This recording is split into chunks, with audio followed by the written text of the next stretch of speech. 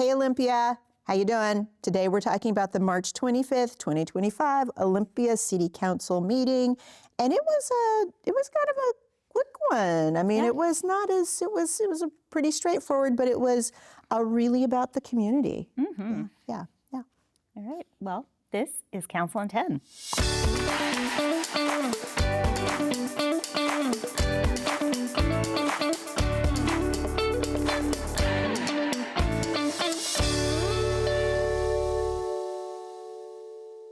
All right, so here we go.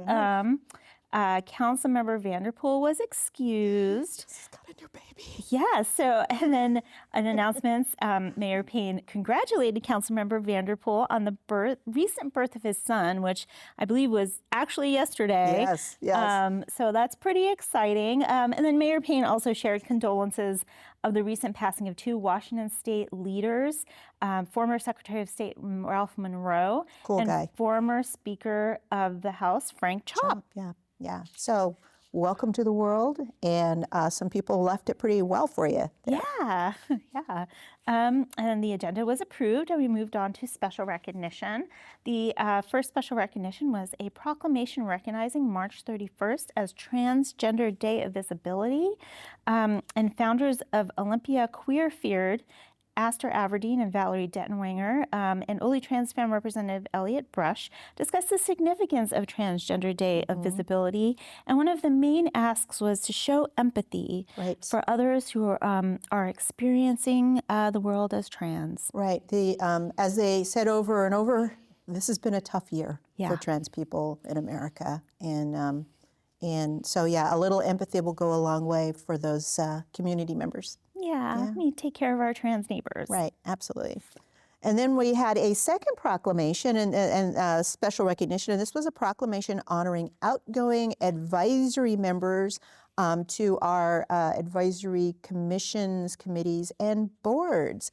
There we had 21 folks departing from 10 advisory bodies this year.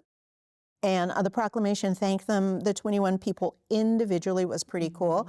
We've had an advisory body with community members, community volunteers who advise and support the city and work with staff around priorities, city priorities, and really shaping the future of the city since 1935, when the Planning Commission was established, and so that's grown a little bit. But we had every year we have folks who come to the end of their service and step away. We've in the last couple of years been more intentional about honoring their departure and making sure they feel a sense of closure and honor as they step away. And we invite all of the departing members to the council meeting. And we had one particular council departing member, Rochelle Martin from the Social Justice and Equity Commission, who was in the House. And she actually said a few words about the impact of serving and what a great experience it was for her as a community member to be involved in really important, significant work the city does. So, from there we went on to public comment, where no one had a public comment, either in person or remote. And then we moved on to the consent calendar, which, guess what it was about? Dominated by advisory boards again. So this was the appointment of newly appointed members. So there were council appointed 20 new people across 10 committees. And they also reappointed 14 currently serving members across 9 committees. So I just want to do a shout out to all of the community volunteers who do this work. It is really meaningful to the city, and it's really meaningful to the staff to have their voice involved. And this is democracy. This is participatory government.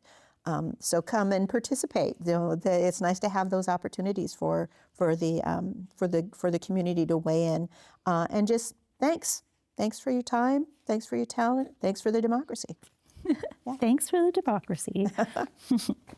And then we had no public hearings, and we moved on to other business, which was an update on the 2025 state legislative session from our lobbyist, Nick Federici.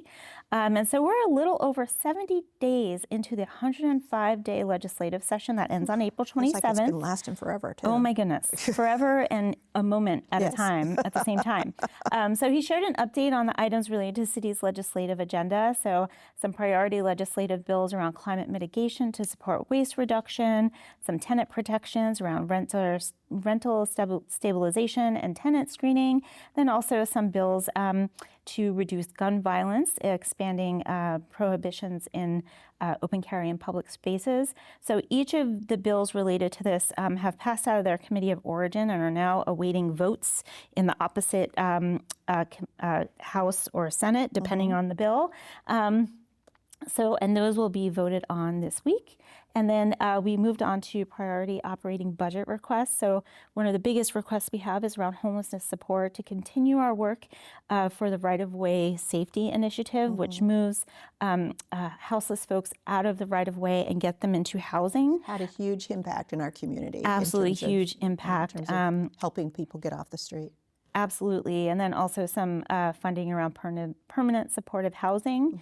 And then also some funding to study reparations at the state level, which that is still pending. It was not included in any budget proposals, but there's still some time left. Nothing's done until that April 27th date. And then we talked a little bit about the priority capital budget request. One of our main ones is supporting the state with their request for funding for the Deschutes Estuary restoration. Yep.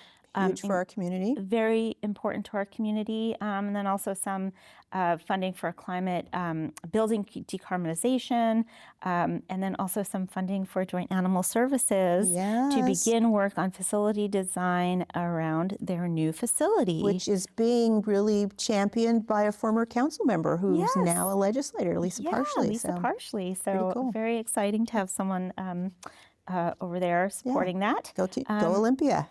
Yeah, and then also some more funding for the Housing Trust Fund, which helps continue to build housing in our community for those who need it most.